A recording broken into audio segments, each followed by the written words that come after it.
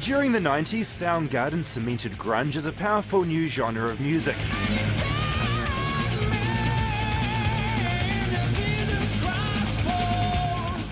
And with songs like Jesus Christ Pose, it's hard not to think Jesus when Chris Cornell sits in front of you. Your first show in New Zealand's already sold out, and I think Yay. 20 or 30 minutes. That's good. Yeah. That's not that many minutes. That's a good brief number of How many minutes is a good amount of minutes, do you think? 4 minutes is really good. And Cornell knows about ticket sales, fronting 3 different bands over the last 27 years. There was Soundgarden, of course, which split up over a decade ago. Then there was Temple of the Dog with Pearl Jam's Eddie Vedder. More recently, Cornell cut his hair for Audioslave.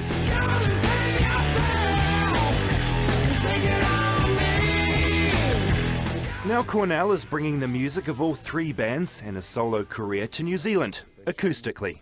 I can hear somebody from 10 rows back shout out a song, and I can actually talk to them and hear what they say, you know, because it's more of a churchy... It's so unusual. You've got a straight dialogue, if you want, with your audience. Exactly.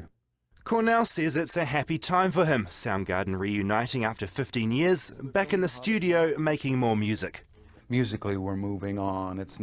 We're not sort of worrying about working on music that we would feel is nostalgic to older fans. The biggest difference I noticed that we haven't even really talked about is that there's no beers or bottles of Jack Daniels around, and there was never a discussion about we should do this and not have beers or bottles of Jack Daniels around. It's just not there. Any chance we'll be seeing Soundgarden back in New Zealand at all? Yeah, and you know, now we're sort of strategically looking at calendars with everything, and you know, including my solo career and what everyone else is doing to find a place to put a pin in so that we can come to New Zealand. And great. You know, we've talked about some different. I don't know when that's going to be, but it'll happen.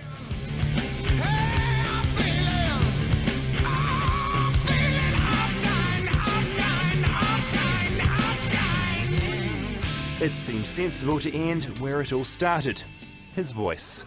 You know, the best way to find yourself as a singer and try different things is to literally just kind of sit in a room and see what your voice will do, and try not to be shy about it. Well, look, thanks so much for coming down to New Zealand. And stay off the pipe. Stay off the pipe. That's just murder on you. Yeah, like look what it did to Whitney. David Farrier, Los Angeles, 3 News.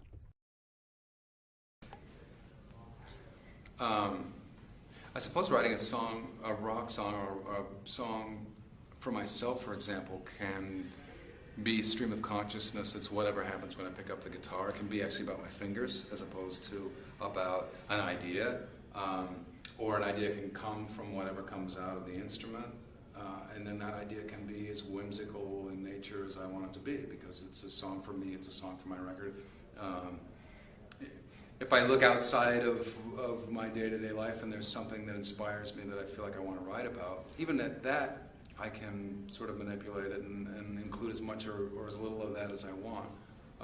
Writing a song for a film, there's a partner, in a sense, a big partner creatively in what that's going to be. The music has to coexist with the story, it has to coexist with the visual, with everything.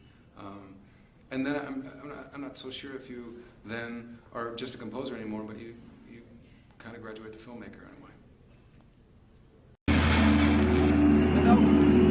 Okay. Chris. Hi. This kind of a wet set, isn't it? Yeah, it is. Does it make your set different when the audience is wet, when the weather is awful, when there's thunder and lightning? I think the lightning was kind of cool, but other than that, it was, you know, it was the same as a big normal rock show with the stage lights coming from God, I guess. Yeah. Now tell me, Chris, the noise that you make, or is noise the wrong word? The noise that you make does fit to this weather. Yeah, I think so. I think noise is the perfect word. How difficult is it to put lyrics in a song like this? It's easy. I mean, it's no different than putting lyrics over a soft song, really.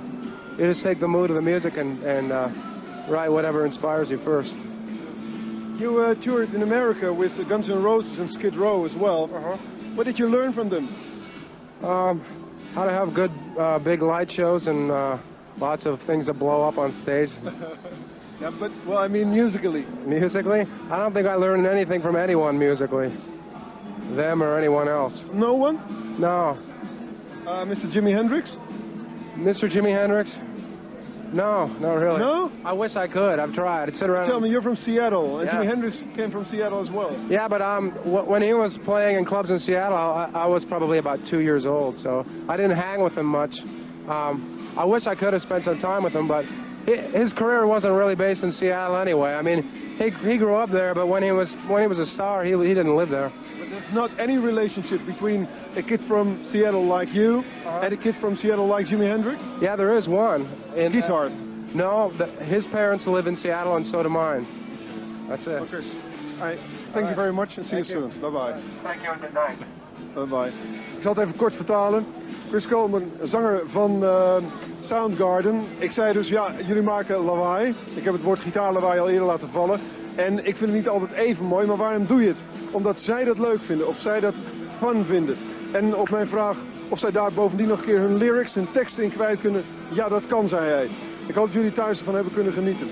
Bovendien heb ik hem gevraagd, heb je enige relatie met Seattle? En meer in het bijzonder met de gitarist uit Seattle, Jimi Hendrix. Geen enkele, zei hij. De enige die er wel... So there's religion, or at least religious associations in a lot of your music, and I'm curious to know, having that been your past, where are you at now with regard to religion? Well, I don't follow any particular one. I don't think there really is any particular thought or book or ideal to me that completely resonates with me. I think that there are a lot of really cool ideas and a lot of different kinds of religions. And then there's a lot of it that I don't agree with, and then there's a lot of superstition, and you know, ultimately I think I'm just sort of a free thinker, and I'm kind of open.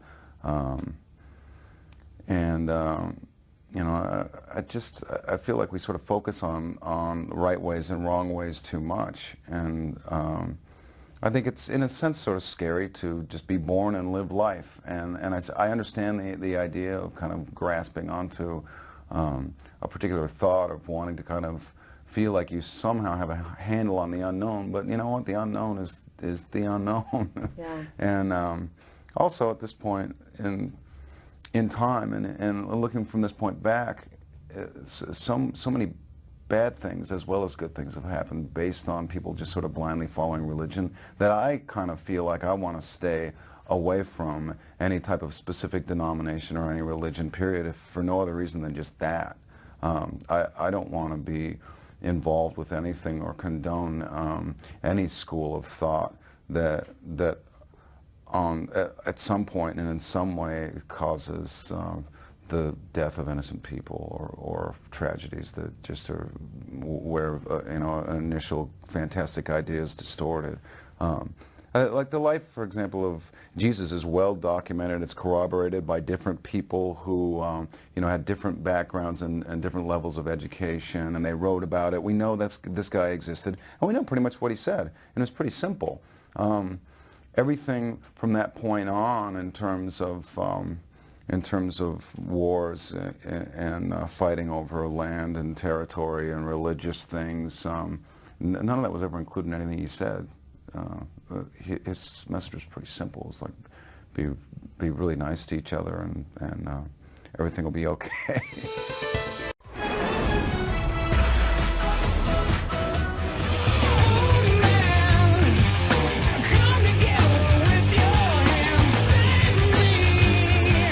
We came out of like an urban scene that bands like Pearl Jam, Mudhoney, and the Melvins, and Nirvana all came out of, which was sort of like this small town kind of urban club scene that was also just as much of a recording scene as anything. Soundgarden frontman Chris Cornell helped redefine rock music with a Seattle sound. Back in 1992, the late musician and his bandmates told E.T. all about the grunge scene. It wasn't a vibrant club scene. It was, you could play shows here and there, but for the most part, we were bands that recorded and made demos and independent records. Is there a feeling about which bands would maybe break through first or not? And it would depend on who you were a fan of, because in spite of the reputation of like what it is, all of the bands have very different sounds. You know, they're very different bands. There's certain similarities, but really, I mean, if you sat down someone who didn't know and played them a Nirvana record, a Mudhoney record, and a Soundgarden record, and a Pearl Jam record, they would have no clue that they were all from like the same city or the same scene. As for Soundgarden's unique sound, Chris described it as this. Like a McDonnell Douglas airline crashing. Oh, 10, 11, 12.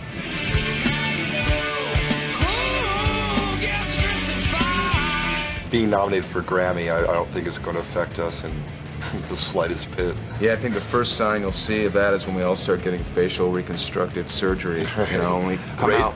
Well, you know, I don't feel I've changed at all. 2 Grammys for their breakthrough album, winning Best Hard Rock Performance for their hit single Black Hole Sun in 1995. So what I want to know is Higher Truth has kind of a positive feel to it. Is there something spiritual behind that? No, not really. And I'm quick to say no just because I think that the idea of spiritual is a sort of a strange one to me. Like it kind of suggests that you're considering something that might exist past sort of what we know as like the physical world, and I don't know. To some degree, I guess I take that for granted. And then most venues and most groups that use the term spiritual or spirituality, I can't stand any of them. So that's why I just quickly jumped to no. It has nothing to do with. There's no spiritual anything. What is that higher truth? To me, it's the kind of the simplicity of like that banana over there, which is pretty amazing.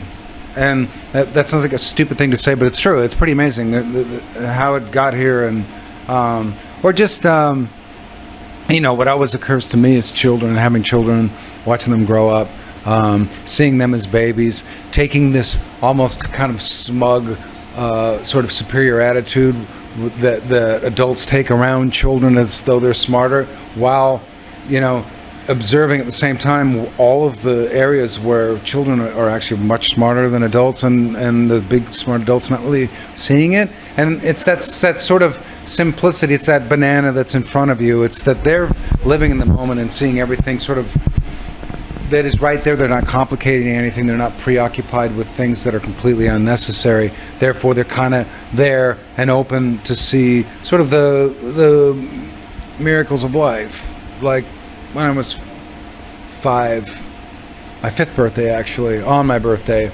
was the day that men first walked on the moon.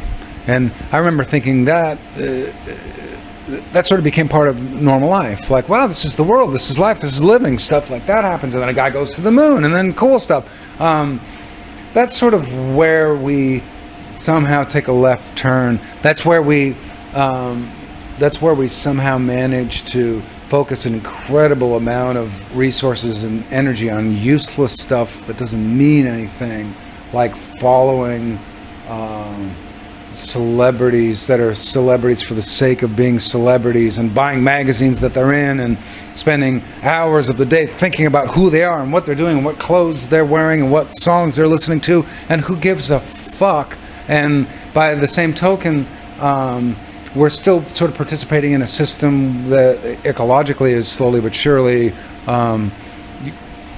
destroying everything. And everyone can say that, everyone kind of knows that, even the naysayers sort of have to believe it at this point, but nothing's really changing. And that's all, you know, that's just kind of a strange thing to me. I see sort of the simple truth in a baby, in simple things, because they're taking them simply, and they're finding like a universe in something that's very small, that's very simple, that we all take for granted. That's much more important than what some idiot is wearing on a red carpet. So I guess that's kind of it to me, and that isn't a spiritual thing. For example, if like you and me and this nice gentleman holding the camera, if we when we die, there's nothing left, no memories. We don't exist anymore. It's lights out. It doesn't make where we are and what we're seeing and what our experience is less important or less amazing. It's still just as incredible and just as miraculous. So the idea of spirituality, the idea of a disembodied spirit, the idea of something going on outside of this, it's nice to think about it. It's great if it's there, but it doesn't have to be for us to give a shit about how miraculous the world around us is and what's going on right now. Does death inspire you? Death? Yeah. That's a hard question to answer. I don't know. I mean, I think it's just this thought-provoking subject. So in that, you know, it depends on how you define death. The actual mystery part of it, the mysterious part of it, is an interesting concept that, and a lot of people think they sort of have knowledge of what it is, what it means. They certainly, you know, there are a lot of people, billions of people that have beliefs in what it means, and for me, you know, it's incredible that there is this phenomenon that happens to millions of people every day. It's going to happen to all of us without fail, and through the history of, like, at least recorded history of human beings, billions of people have been born and died, and there have been geniuses that have lived, and from every culture and every part of the world, and not one time has anyone been able to come up with any kind of substantial proof about what happens to us after our bodies die. That's kind of an incredible thing to me. It's kind of like, you would think, it brings a pessimist out of me, which says, if no one's been able to come up with any real concrete scientific evidence that there is life after death or whatever that might be, then it's pretty conclusive that there probably isn't. And then there's another side of me that just intrinsically doesn't believe that that is possible, that we're sort of people with neurons firing, and when our heart stops, that's it. You know, so I suppose in terms of it being thought-provoking and interesting, that it can be inspiring in terms of writing lyrics, and it's a very mysterious thing.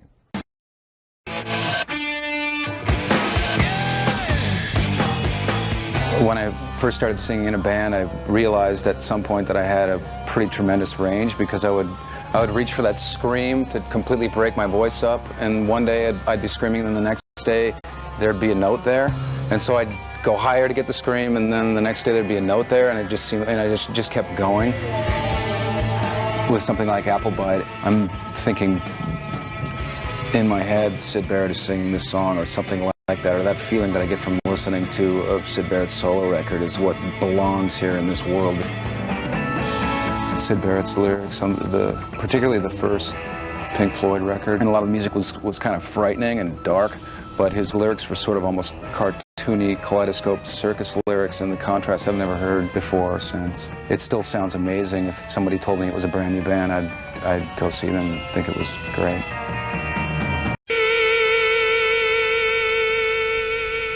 Yes, the Headbangers Ball is coming to you from Prague on the Guns N' Roses tour, and Guns will be back a little later on. But right now I'm joined by Soundgarden. Welcome back to MTV and Prague. How are you doing? Well, we've never been to Prague before, but it's nice to be back to MTV. Oh, thank you.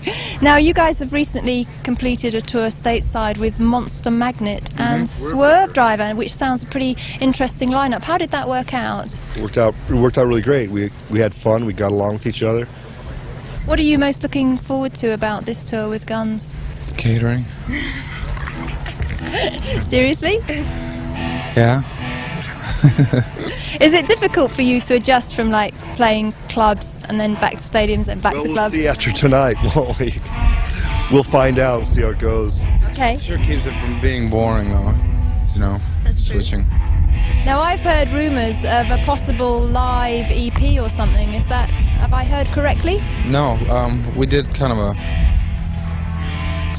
I guess you could call it fairly live recording of some songs at home a few months ago that are going to be released, but it's not really a live recording. It's just like we didn't spend any time on it. We spent like, you know, one day recording a bunch of songs, and we did it for B-sides, for singles and things, and I got a good response from it, so we decided to make a limited edition EP. It'll be, in the States, it'll be sold free, basically, with the copy of the record, and I don't know if it will be released over here. You know, if it is, I don't know what way.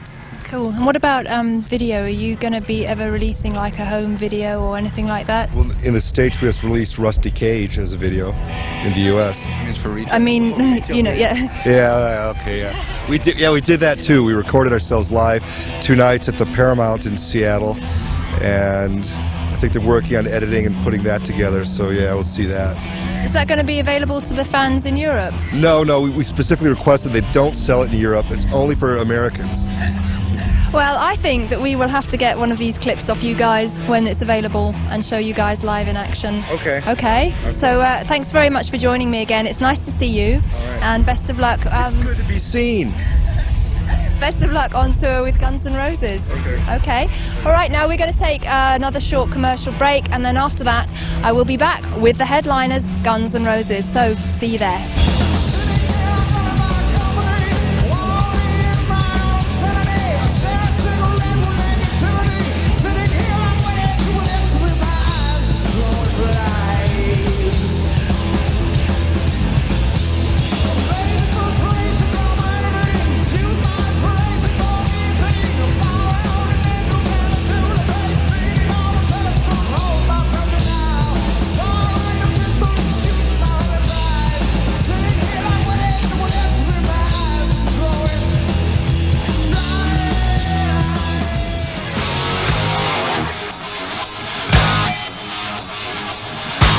One of the best shows I ever saw was a German band, a noise, I guess you'd think of them as industrial noise. How do you pronounce it? Einstürzende Neubauten? Yeah. And it was in Seattle, and it was at the Myrtle Edwards Park, which is this park that's right on the Puget Sound. That's an infamous show in Seattle history, too, by the way. Yeah. That's the one. That's one of the ones. And I don't know how they actually were able to be allowed to play there, but this is a park where it was mostly like sort of young professional Seattle people, you know, and young couples wearing Gore-Tex and carrying clipboards, going to walk their dogs, and then this very small sort of music art scene crowd that came because they knew who they were, and the backdrop was the Olympic Mountains behind them and the Puget Sound and the sun kind of going to set behind the mountains, and then this little janky stage that was built in the park for them to play, and they came out to start playing, and you know, they looked pretty freaky, especially for a Seattle park, and they had some electricity technical issue, and so they went to start playing, and the sound crapped out, and I remember all of these like young couples kind of pointing and laughing at them and making fun of them, and then all of a sudden they got everything right and started to play, and everyone's jaw just dropped, and you had this like really insane, concise, rhythmic, industrial music happening, but everything was organic. They weren't using samples or keyboards or anything. They were just like beating things, and it was incredible. And the sun set behind them where you couldn't see them anymore. They were just silhouettes. And then they set the stage on fire with these oily rags, and black smoke started just kind of filling up the sky with the mountains behind it, and then people freaking out that it was going to burn down. I got this real sense of, you don't know what's going to happen. Danger. It's primal. There's danger. You've never seen anything like it before. You know, that's something that I would hold up and say, like, God, if all rock shows could be like that, that would be great. Help, please. I like croissants. Do you ever scribble song ideas, lyrics on napkins? This is a bad, whatever's available. And this is a bad thing to admit, but I use a BlackBerry now. This BlackBerry that you can see here. Right now has today's stock quotes on it. It's very boxy. That's not the Chris Cornell I want to imagine. No. But How are your stocks doing, by the way? I don't know. I just sort of look at the overall picture. Like oil is down 3% just today, which is great. That's a good thing. I love the fact that we're getting our financial headlines from Chris Cornell. Yeah, but no, I will go to a BlackBerry because it has the little memo section. And like for example, if I want to play, see, these are all titles of songs with lyrics in them. Oh, that's so funny. So those are ideas, or those are actual titles of songs? Some of them are full lyrics. The songs that haven't even been turned into actual songs yet. Some of them are already songs. I don't even know what some of these are. Okay, these are the lyrics to the song "Scream" that's on my new album "Scream" that I must have written the day that.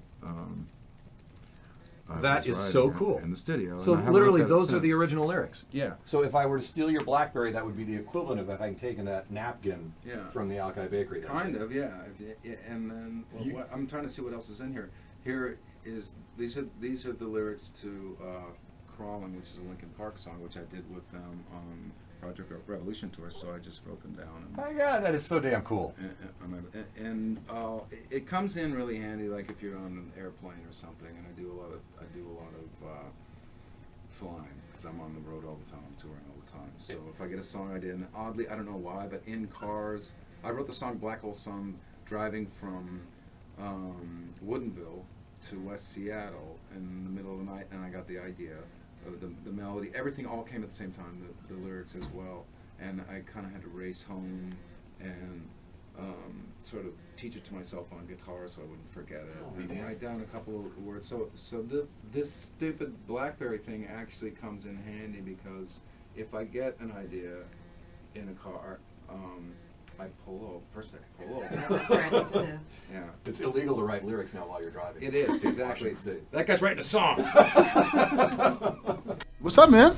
Not much. So your contribution to the movie, music. A song, yeah. Original song. A single original song. Yeah. That's great, man. That's good. So how did you get approached to do that? Well, the producer Eric Israelian is a friend, for several years, and was actually our family doctor.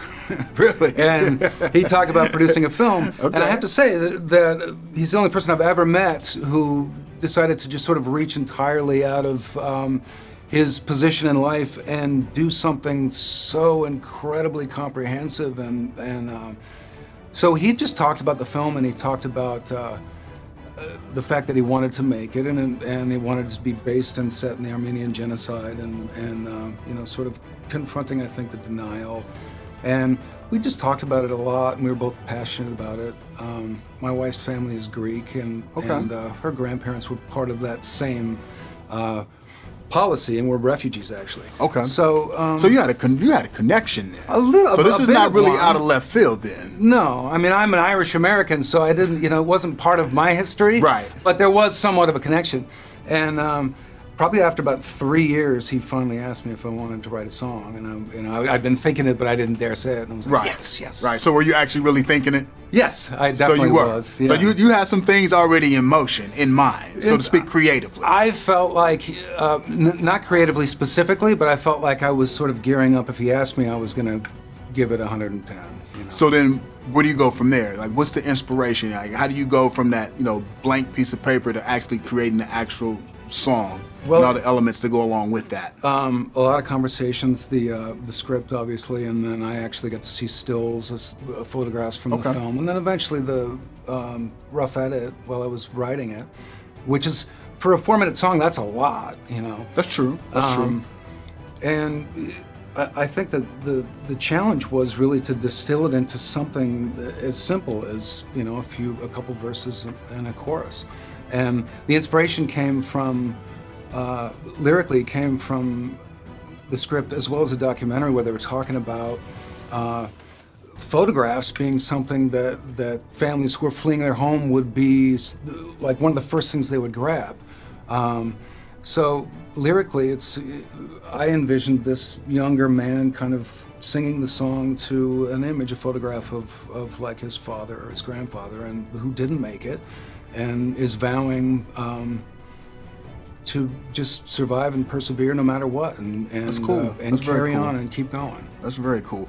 Now, what are you actually listening to personally right now? What are you rocking out on right now? Just you, the man, in your personal collection. The last thing I discovered that I really liked is Childish Gambino.